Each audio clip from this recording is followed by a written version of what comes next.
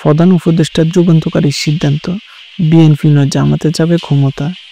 বাংলাদেশের রাজনৈতিক ইতিহাসে এমন কিছু মুহূর্ত এসেছে যা পুরো জাতিগত পথ পাল্টে দিয়েছে, আর এবার সামনে এসেছে প্রধান উপদেষ্টার যুগান্তকারী সিদ্ধান্ত। প্রশ্ন এখন একটাই, বিএনপি নয় তবে কি জামাত ইসলামী যাচ্ছে ক্ষমতায়? বছরের পর বছর বাংলাদেশের অন্যতম বিরোধী দল শক্তি ছিল বিএনপি, কিন্তু অভ্যন্তরীণ দ্বন্দ্ব, নেতৃত্বাধীন দুর্বলতা আর অবস্থান তাদের অনেকটাই পেছনে ঠেলে দিয়েছে। অন্যদিকে নিষেধাজ্ঞা ও বিতর্কিত ইতিহাস থাকার সত্ত্বেও জামাত ইসলামী আবার ফিরতে পারে রাজনৈতিক সীমানা রেখায়। প্রধান উপদেষ্টার সর্বশেষ সিদ্ধান্ত যেন সেই ইঙ্গিত দিচ্ছে, ক্ষমতার খেলা তারা হয়তো আবারও বড় ধরনের ভূমিকা নিতে পারে।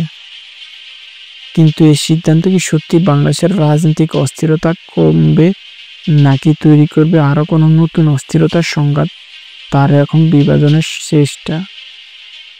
আগামী নির্বাচন হবে বিতর্কিত আসন পরীক্ষা, যেখানে সুস্পষ্ট হবে বিএনপি তাদের জায়গা ধরে রাখতে পারবে কিনা, নাকি জামাত ইসলামী আসলে পাবে ক্ষমতার আসন।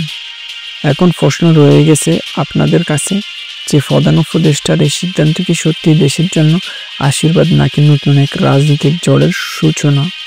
উত্তরটা খুঁজে বের করবে সময় আর জনগণের রায়।